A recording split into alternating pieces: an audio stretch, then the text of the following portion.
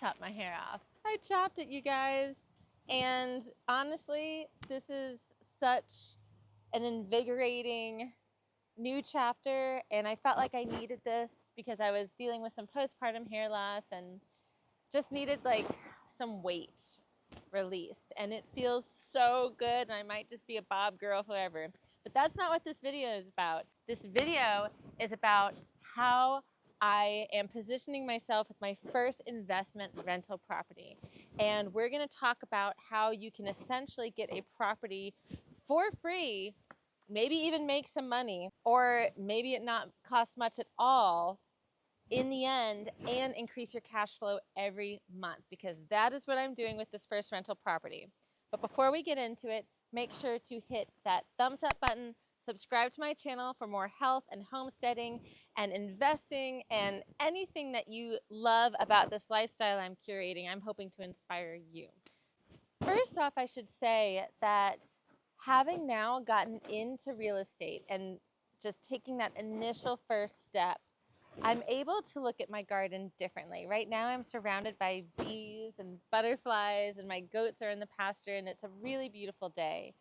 And I'm just feeling so thankful for having this space. And I think that since I'm feeling some like financial inspiration, really, I'm starting to love my homestead again, because that was one of the initial burdens, was it was a money pit. And it's true. I've got a video on this on how homesteading is a money pit. But it's a beautiful lifestyle if you can make it work. The other reason is because I was just postpartum, just had a baby. My husband had to do a lot of the work, and this is really my passion. He's got a whole other life outside of this, and he enjoys it, but this is really my life right here. And now I feel less financial constraint. I have a clear financial path forward because I know how I'm going to bring in income. And it's not affecting my time. I actually have more time since I've gotten into real estate investing. I have more time to enjoy my homestead. I have the ability to comfortably pay someone to maintain the homestead, so I can just live on this beautiful piece of property and enjoy this so very much. So this is how I'm jumping in. It's called the BRRRR method, and it stands for buy, renovate, rent, refinance, and repeat. Let's talk about what each of those little pieces mean. You're going to need some cash to get into real estate, and there's many ways to position yourself to do that. You could obviously save up, but you could also understand this strategy so well that you could borrow from friends or family and show them that your proven numbers throughout history based on how this process works, how they could even earn a little bit for them too. So however you pull together your cash, you're going to want to buy in cash. That also means that you're probably not going to be buying a $500,000 house. You're probably going to be starting on the lower end. Foreclosures are amazing. I'm really inspired now to get into foreclosures and have even more of a wider margin. But you have to know what you're looking at. And usually in a foreclosure, there is no inspection. So you have no idea what you're getting into. And with this first property, I've already gained so much experience seeing what it looked like beforehand, getting some sense of a quote of like what it should be to renovate it and get it in a nice condition, and then also account for the surprises. That knowledge, that experience is going to grow every single property you get. But now that I have one already under my belt and I'm seeing what the numbers look like, I have a better sense of going into a foreclosure and just eyeballing the property. Sometimes you're not allowed to even look in the windows, but you can look at the photos. Maybe you have a chance to even just look inside the windows and tell what you're looking at in terms of budgeting for the renovation. But let's get back to the BRRRR strategy, and we'll get more into the details later. So you buy in cash. This is also going to give you more leverage for buying below market value. So for my first property, I bought the house for $133 and it appraised as is at $205, meaning I already had $70K about in equity in this house without doing a single thing. But I also had the ability to add on a bedroom and increase the potential ARV, or after repair value. Once you buy your property in cash, the next thing is to renovate. This is one of the hardest chunks of the process because obviously you need to find your crew. You need to find the people that you can depend on, that you know are going to show up, that are going to give you fair pricing.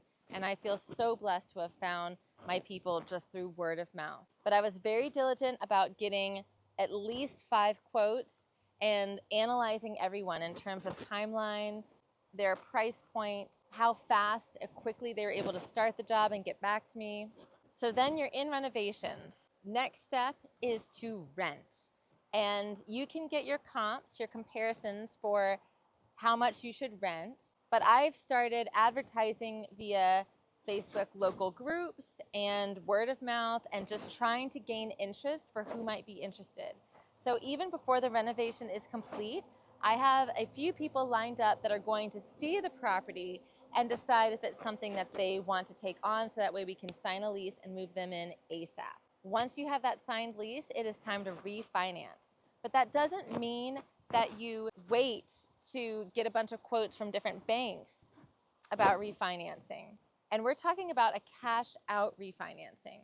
So what this means is if you put your cash into the property, you're renovating it, which is also your cash or borrowed cash, but either way it's cash, and then you rent it out, you're going to go to a bank and hopefully go to multiple. I've gone to like a dozen. You're going to get the quotes for an percent LTV, that's loan to value, as well as your interest rate. We're all fairly familiar with that in terms of shopping for our own houses. And the LTV is important because that's the cash back that you're going to get. Some banks can give you up to 80% cash back. So let's just run the numbers. If I were to get a house for $133, and let's say I've put $100K into it, which honestly is way too much money to have to put into a house, but that's what I put into it because I've been over budget and have no idea what I'm doing starting out. But I've increased the potential appraisal value to about 300. That means I still have about 70K into the property in equity, and I'm still above water. So depending on the percent LTV, you could get all of your cash back out. You have the chances of getting even plus some cash back out. It all depends on what the house appraises for. And that appraisal comes from a third party when you do this refinance. But you want to work out with the bank what the quotes are, and you're looking for the highest LTV and the lowest interest. That low interest is critical because that's what's going to give you more of a cash flow month to month. Maybe the bank will give you a super high LTV, but you don't need all that cash back. So you can get a lower LTV and basically buy down your interest points. So you increase your cash flow monthly. So once you have your signed lease, then it is time to formally do your cash out refinance. And this is where you can basically get a house for free. Worst case scenario, if you run your numbers correctly and the appraisal doesn't come as high, because maybe that appraiser is having a bad day or whatever doesn't work out, you might have $8,000 or $10,000 stuck in the house that you don't get back. But still, you're looking at a long-term retirement plan. In 20 to 30 years, you're going to have $2,500 coming in month to month. And you are getting the majority of your cash back, which brings me to the final piece, and that is repeat. That's taking that cash and doing the exact same process over and over again. Bigger Pockets is an excellent podcast that I've been listening to whenever I have time. And I listened to one episode that suggested if you get 8 rental properties, you can retire. And the idea, the math behind that, is that if you do this BRRRR method 8 times, then you take that cash flow and put it back into the mortgage, so you're paying off the mortgage sooner, you could retire in 8 to 12 years, which is amazing. So the BRRRR method is really this beautiful tried and true method. Real estate has been a consistent investment game for decades. Even when there's been a crash and people held, it's always come back, just like the stock market.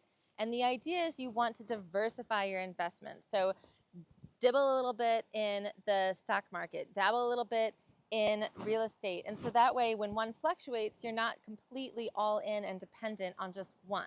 This is the strategy that I've used to get in the investment game, and I hope it's inspired you. If you have any questions, make sure to ask them below in the comments. But we're gonna dig deeper because in 2 weeks, my renovation is gonna be done and I'm gonna show you what the before and after looks like, along with what the actual cash out refinance looks like for me in this first property. If you enjoyed this video, please make sure to hit that thumbs up button and subscribe to my channel for more of this homestead, now turning investor lifestyle, to learn about real-time tips and lessons that I'm learning going into this from the very beginning. Thank you so much for being here.